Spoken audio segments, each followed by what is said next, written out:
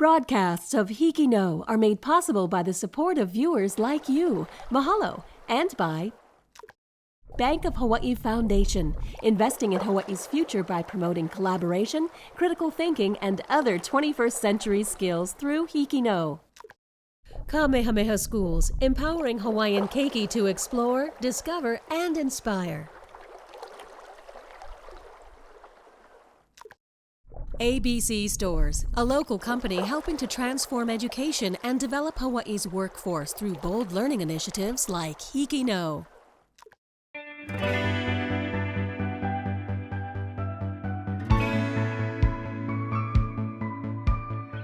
Aloha, I'm Francis Wee, a proud HIKI NŌ graduate from Moanalua High School's class of 2021.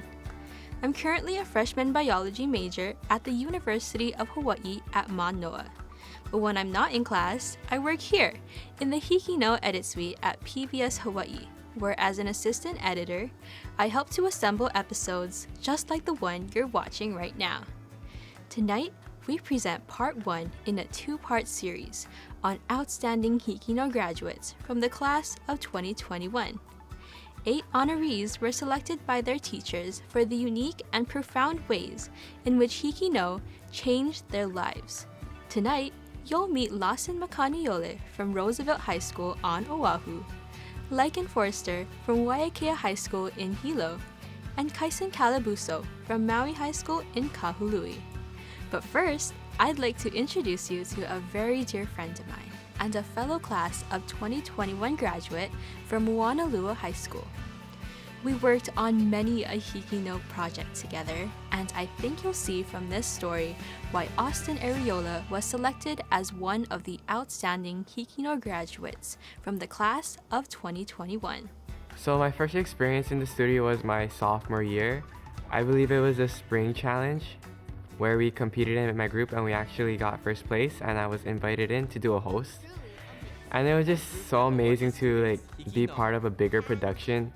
It just made me feel like, wow, I'm doing something right. Thank you for joining us on this special 2019 Spring Challenge edition of HIKI NŌ. It was very hard to produce a story in a short amount of time, but it really gave us a peek into what the real industry is like. I think that's where I ultimately fell in love with the art, just seeing the behind the scenes and what it takes as a team or an individual just to produce something bigger than yourselves and to tell a story that's far beyond what people hear, and just sharing those experiences of others. And she's definitely really silly. She really likes to draw too. She's very goofy, she loves to laugh, she's just kind of a dork, so. As simple as some tasks are for others, it requires a little bit more effort for Rogue. So a part of journalism, broadcast journalism, is having a real organic story, the true story. Because in the end, we're telling people's stories. Not my story, not your story, but people's stories. It's their story we need to focus on. And I believe, especially in a competition, a lot of people forget about that and always focus on, we need to win. No, we just need to tell their story.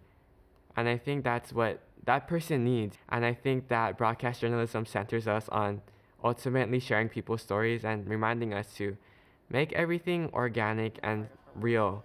So I didn't truly understand until about middle school, when I just accepted that there's nothing I could do to change it. I'm me because I'm me. That's how I was born, so why not? Well, watching one step at a time now, it just takes me back to the importance of storytelling and telling people's story. As a broadcast journalist, we're always looking for ways to improve. My teacher always ingrains in us, Mr. Zavala says, go from good to great. So we received first place for one step at a time. And I think it was just amazing because, with first place or placing at all comes with a lot of publicity. And I thought that was something we needed for Rogue's story. It was so different. Just the beauty of getting up and doing things that other people can do, that is my accomplishment for me.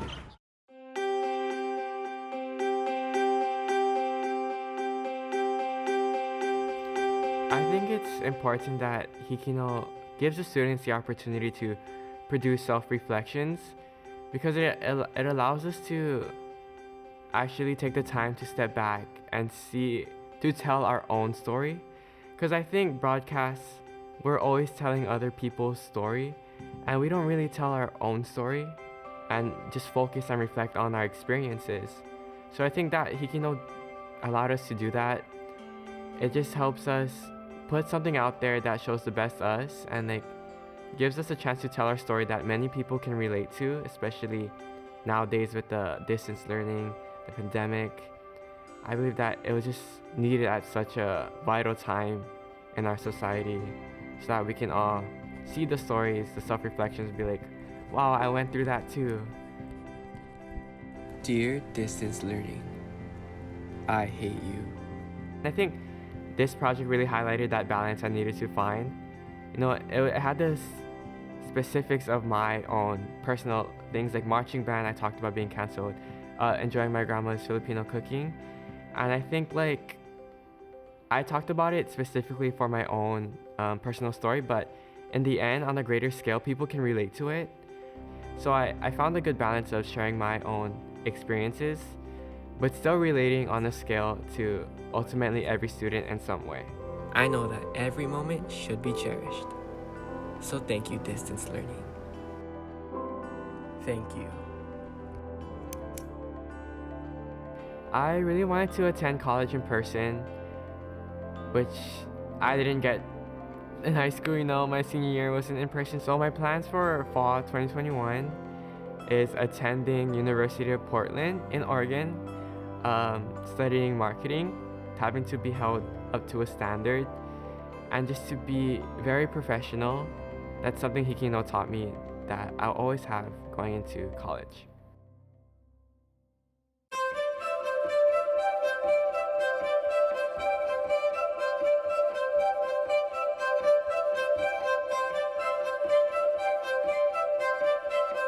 I thought I could improve my horrible technology skills and maybe get a little bit of like broadcast experience. And at the beginning of my junior year, I also started our school's newspaper, and doing digital media alongside that was really helpful.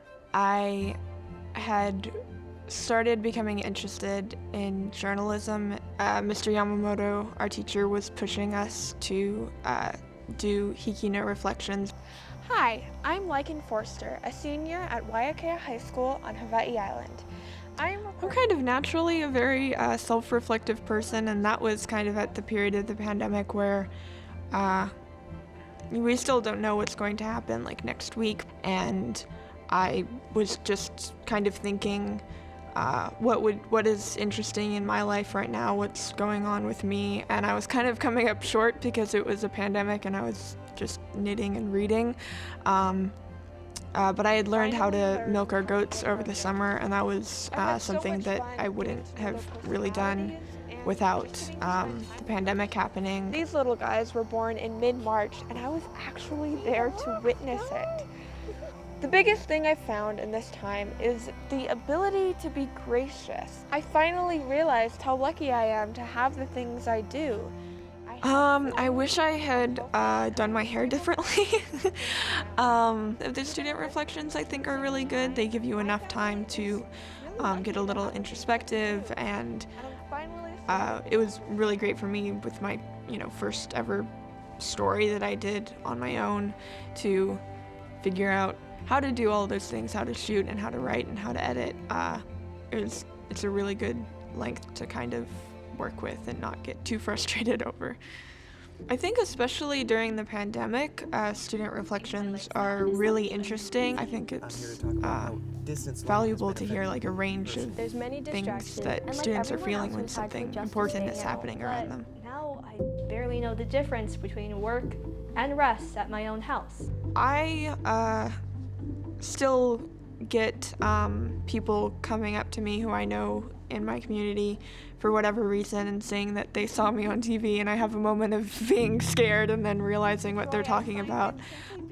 telling stories about smaller communities, for those communities that you're telling the stories about, I think are really valuable because it's really easy to pay attention to like the big news and what's going on in the wider nation or world, but I think where news like really matters and really like impacts people's lives really personally is when you talk about stuff that's happening next door to them or down the street.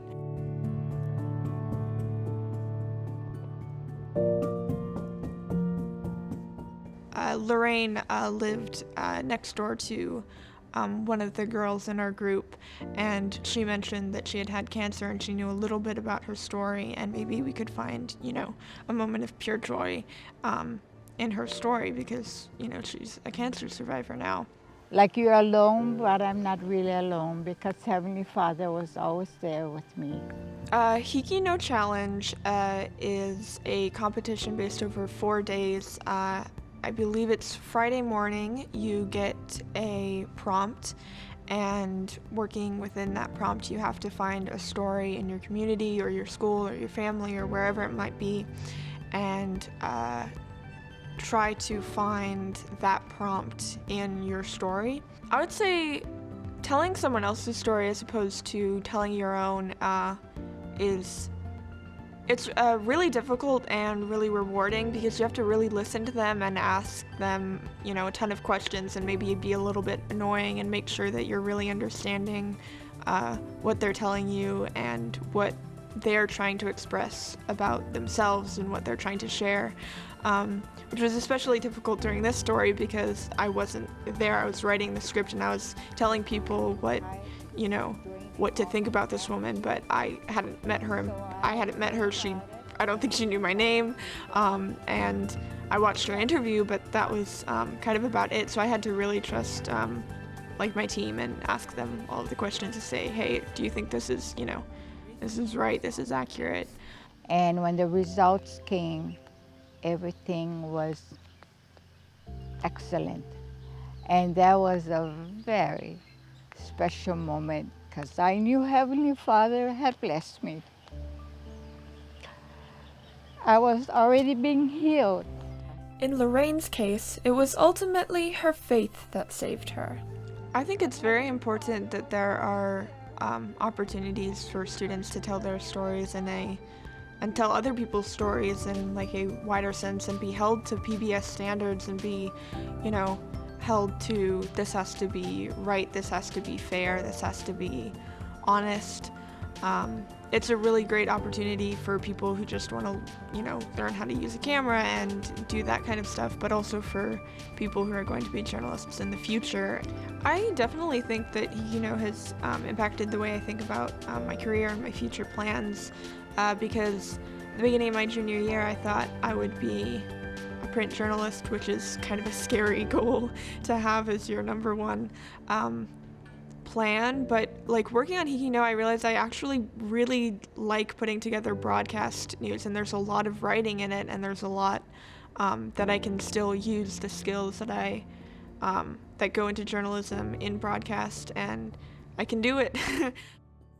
Aloha. My name is Lawson Makaniole from Roosevelt High School, and I'm speaking to you from home. When I first started with HIKI NŌ, I've done prior things for PBS Hawaii, including voiceovers and a spring challenge that happened in my junior year. In my senior year, my teacher wanted us to participate in getting our CTE honors. And so for our CTE project, we did a student reflection about me, which was centered around my procrastination in school because of distance learning. At the time that we did the reflection, my life was very busy and stressful. At the beginning of quarantine, or when quarantine when we were first allowed to go outside, I started working, and then school started, so I had to balance both school and work at the same time, which was extremely stressful. Having to learn from the computer was extremely hard for me. I wasn't able to pick up on things that my teachers were telling me, so I was in a negative space of mind, I guess. As a result of distance learning and senior year laziness, also known as senioritis, I have felt little to no motivation to do my schoolwork or anything school related. Being able to express what I was going through was a very big accomplishment. I'm more of a sheltered person and sometimes keep a lot of walls up. And for the first time and very publicly, I've made myself vulnerable. And I think that can reach a lot more people, and people can relate to that a lot more. It's a positive thing to make yourself vulnerable because so many other people can relate to what you're saying by being vulnerable. And you will connect with people more by being vulnerable with them. Distance learning has been interesting, to say the least. With it comes its fair share of problems, like canceling school events, including homecoming and Spirit Week, which I was really looking forward to. Also, all of your teachers throw homework at you like it's a competition to see who can stress you out more. And worst of it all is struggling with preparation for college. All of it can start to feel overwhelming to deal with and has ultimately made me feel like giving up on school completely. Seeing my own product being in the show was really insane, to think that I can see myself in a PBS broadcast. I guess I'd never really expected to really see myself there. Like a couple years ago, I would have never imagined that I'd be having my own segment on TV about myself and being vulnerable in front of a camera. To counteract this, I've started to do things I normally wouldn't. I've practiced card shuffling, learned more songs on my ukulele, and have been cleaning and trying to be more organized. I think the main thing that I take away from the HIKI NŌ experience is that your video, no matter how small it is, always means something. And it can touch people in ways that you never expect. This video was personal to me, but at the same time, someone watching it can feel exactly the same and relate to it and feel the same thing that I'm feeling.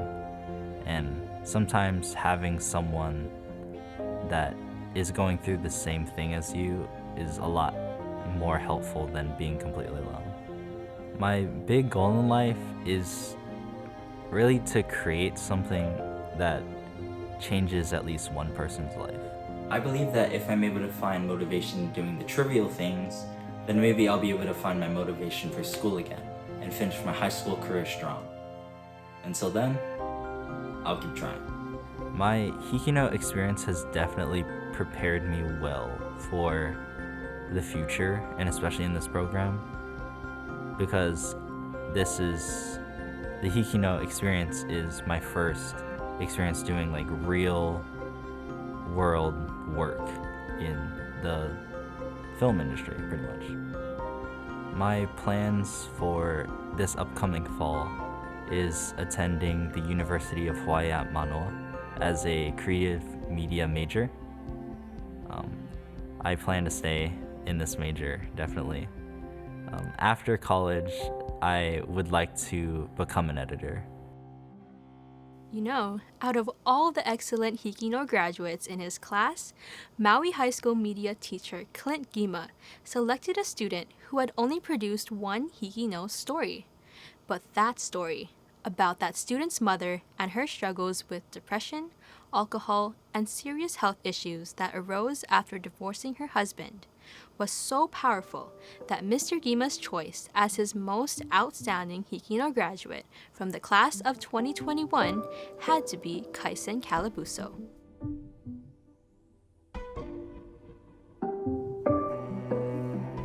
You know, I was going through this rough time with my mom since my dad left. So I figured it'd be good to tell a story about my experience and my mom's experience, because as much as people go through it, people don't see how like detrimental it is to people's lives. And I think it's very important to see how it affects not only the spouse, but the children, because I don't think people focus that much about the children. So when I got this opportunity to tell about this story, this was the moment, this is the right time, and I had to make it happen. Never in my dreams that it would happen to me. Everything blew up into proportion. Like, I fell down, they said. I didn't even notice that I fell. Calibuso was desperate to find ways to cope with her depression and the pain in her heart. So when I introduced the idea of doing the story on my mom to my mom, she was not very accepting of it at first. She was saying how she didn't want people to see her in such a weak state, or nor see our family see her in such a weak state.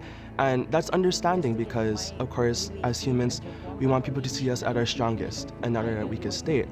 But after some time, I had to convince my mom and tell her to look at the bigger picture, which was not to tell a story about her, but tell a story about what people go through.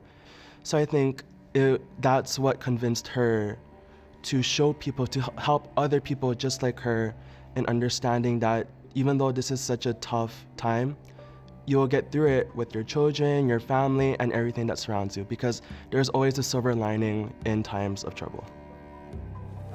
I was ready to go. And I almost committed suicide because of the stress that I'm going through. Luckily, Calibuso held on with the support of her family, especially her son, Kaisen. I always try my best to do things for her, to always be with her. You know, sometimes I would always hold little concerts for her. So during this project, all the sorts of feedback I received from my mentor, David Rosen, it was definitely a lot, and it's always for the betterment of something. So of course, that's something I learned from Mr. Gima, was to never take constructive criticism personally, but to always take it in a way where it'll help the product of something turn even better. Receiving help from someone who's so experienced, that's something people don't get to experience a lot. It's an opportunity to be thankful for. I realized that I was going to be a big part, not only behind the camera, but of course in front of the camera, because that's what the whole story is about. We would always cook together, dinner, breakfast, lunch, whatever. It was very difficult because I had to think of where to place myself and also where to place everything else compared to myself. And then, you know, running back and forth, it was very confusing. It was like jumping from like an ocean to a lake and into a puddle. Like, it just doesn't make sense. So of course, with the help of my mentor, it just made things so much more clear. And I was able to get a sense of how to sequence stuff together and how to tell an effective story. This bond helped. For my mom, she basically saw every rough draft and every cut. Because of course, you know, when someone's in a video or a story, you want to make sure that they're comfortable with what's going on, and you want them to feel involved in the whole entire process. And then finally, you know, the airing night, we watched it together. So for me and her to see it together, the final product, live, in the same room, it was just a momentous occasion. Life goes on, don't dwell on the past, just look to the future. And that's what me and Kaisen is trying to do. This is Christina Alonzo from Maui High School for HIKI NŌ. So I say the value of the story for me was, of course, you know, to bond with her more. And then, but most importantly, my purpose was to make sure that everybody out there who's going through the same situation, to know that they're not alone, and to know that there's always something around them that will always make them happy once again. I wanted other people, men and women alike and children alike, to know that they're there for a reason. They're there to help each other. So my plans for this fall is to attend the University of Hawaii at Manoa and to major in biology. But I'm also thinking about majoring in nursing. But the reason why I want to major in either one of those fields is because eventually I want to become a healthcare worker. And I feel like one of the most impactful reasons why I wanted to become a healthcare worker was because of my mom. Because as you can see in the story, she went through so much health problems. And then Seeing all of the healthcare workers come together, it was magic to me. Helping my mom recover from such an ill state, it was magic. It was like a fairy tale almost. So of course, I wanted to be that magic. I wanted to have those magic hands and to really help people recover from something that my mom went through. Thank you for watching part 1 of our special 2-part series on outstanding HIKI NŌ graduates from the class of 2021. Their unique stories illustrate the power of HIKI NŌ to touch lives. We wish them all the greatest success as they continue on their journeys of lifelong learning. Be sure to tune in next week to meet 4 more outstanding HIKI NŌ graduates from the class of 2021.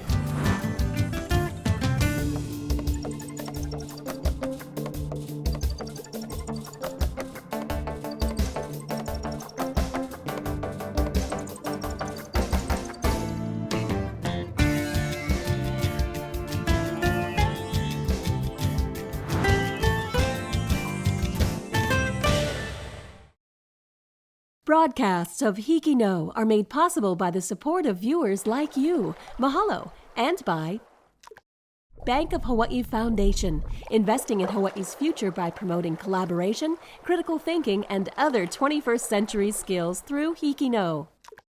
Kamehameha Schools, empowering Hawaiian keiki to explore, discover, and inspire.